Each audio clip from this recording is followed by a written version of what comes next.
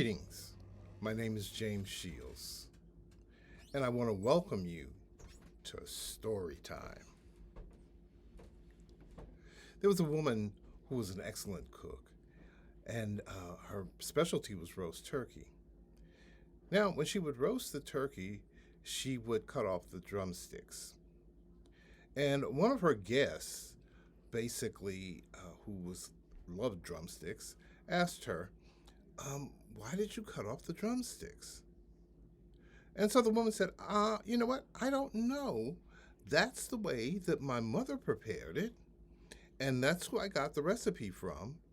So that's how I've done it all my life. So they went to the mother and asked her, "Why do you cut off the drumsticks before you roast the turkey?" And the mother said, "Oh, that's easy. My roasting pan was relatively small, and so I would cut off the drumsticks, and so the turkey would fit into my roasting pan." But how many times have we done that kind of thing, where we've done something not because of any knowledge that we had, but just simply because that's how we learned how to do it.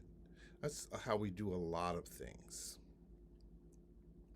My title today is Lead with Love, and I've got a subtitle, which is the activity of forgiveness.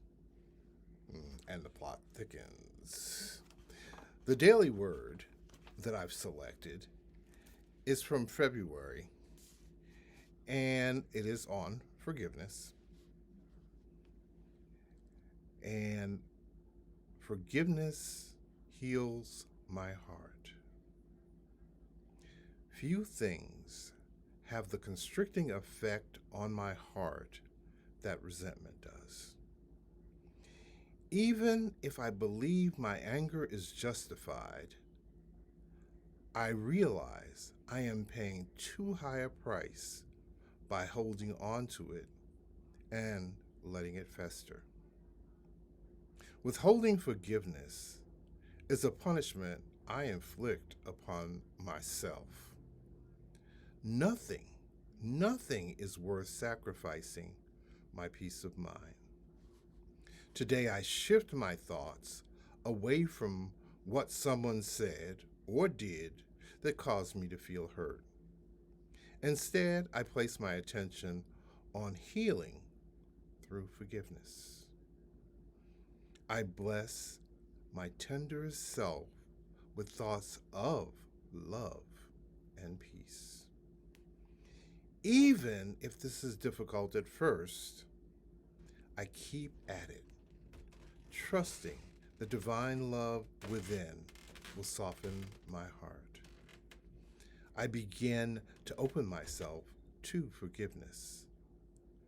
This burgeoning willingness is the first small step toward healing my heart. And the scriptures from Psalms 86, the fifth verse. For you, O Lord, are good and forgiving, abounding in steadfast love to all who call on you. Wonderful daily word sentiment. I have a story about my family and some of our idiosyncrasies, I guess. My cousin called me and said, "Okay, my grandson is coming to California, and I would like for him to be able to get in touch with you." And I said, "Great, fine, give him my number." Well, when the grandson showed up, I was on my way out of town. So I immediately got in touch with my son, asked him to help the grandson, navigate, different areas of California or whatever he needed. I asked the grandson, did he have a car? He said no. So I called another friend and said, who was driving Uber, and said, would you take care of him, in terms of getting him from point A to point B, and any expenses that you incur, let me know and I will take care of him. Well, I went on, went to Detroit, came back, and then you notice, haven't heard from my cousin in a while. So I'd call, and I would get no answer. So I'm wondering, what's going on? What's going on? After a period of time, it became very clear, James, you are on the not speaking to you ever again in life list. And so I said, oh, okay. Well, she'll get over it. But she didn't. And so it went on for a while. And then I set up a family Zoom call so that, we could get all the families together, or at least a small portion of the family together, because we have a fairly large family. And she was on the call, and it seemed to go fine, but there was something still off. So last Christmas, I decided, instead of sending out Christmas cards, I'm going to send out thank you cards, and I'm going to thank the people whom I send, give a personal thanks to the people who I send these cards to, thanking them for, one, allowing me to be a part of their life, and expressing my gratitude for them being a part of mine. And so I did that with this cousin and sent her a small token. And a month or two went by, and she had a stroke. So we, I got in touch with her finally, because she was rallying, and we had a great conversation. We reminisced and did, well, what about this and what about that? But we promised that we would do something, and we got beyond it. We made the determination that we needed to forgive each other, regardless to what went down. It wasn't that bad. Forgiveness, in my estimation, is essential to our well-being.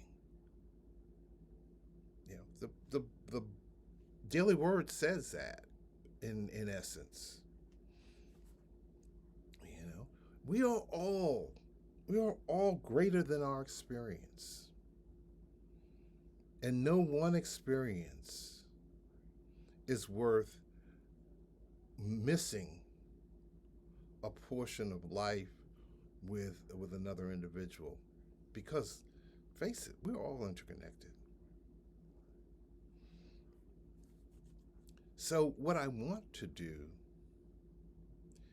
is, I want us, once again, to lead with love. If we lead with love, then we can be assured that when it comes to forgiveness, we are marching right on through, and we are allowing us to experience our best selves.